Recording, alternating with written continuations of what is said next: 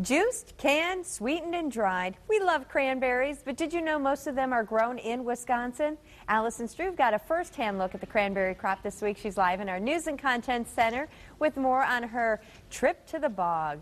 Morning, Alison. Hey, good morning, Rachel. Since most of the state's cranberry bogs aren't right here in northeast Wisconsin, we can forget sometimes just how big of a crop this is here in our state. Our growers are expected to produce more than half of the cranberries grown in the entire United States. So we hopped in the car and traveled from Green Bay to one of Wisconsin's 250 cranberry bogs, Dubé Cranberries of Junction City in northern Portage County.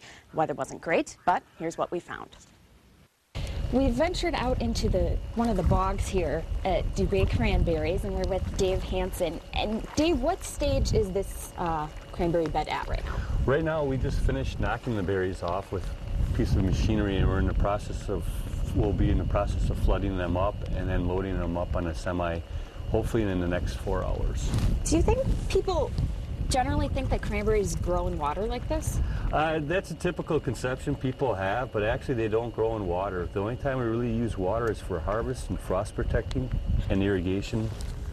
Otherwise, we can walk into a cranberry bed and actually have dry feet, except on a day like today.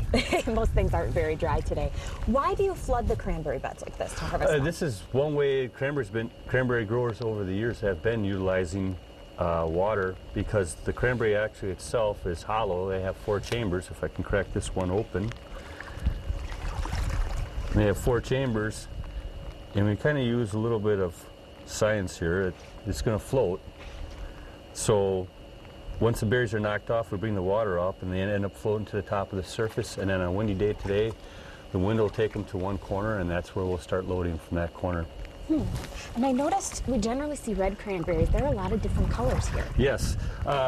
Actually, there are some cranberries that are early maturing that will be completely all red, and they'll have some white ones in there also.